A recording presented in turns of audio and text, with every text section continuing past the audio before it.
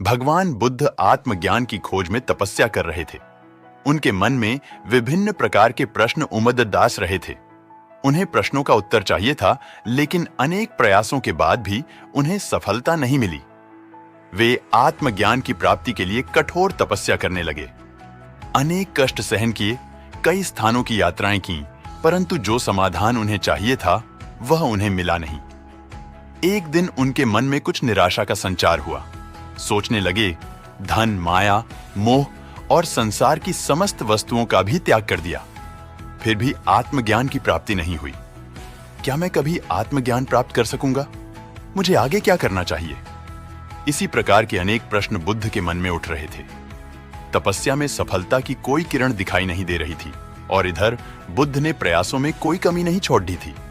वे उदास मन से इन्हीं प्रश्नों पर मंथन कर रहे थे।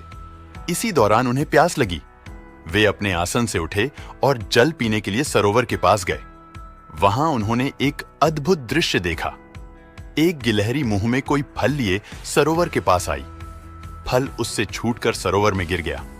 गिलहरी ने देखा, फल पानी की गहराई में जा रहा है। गिलहरी ने पानी में छलांग लगाया। उसने अपना शरीर पानी में भिगोया और बाहर आ गई। बाहर आकर उसने अपने शरीर पर लगा पानी झाड़ा दिया और पुनः सरोवर में कूद गई। उसने यह क्रम जारी रखा। बुद्ध उसे देख रहे थे, लेकिन गिलहरी इस बात से अनजान थी। वह लगातार अपने काम में जुटी रही।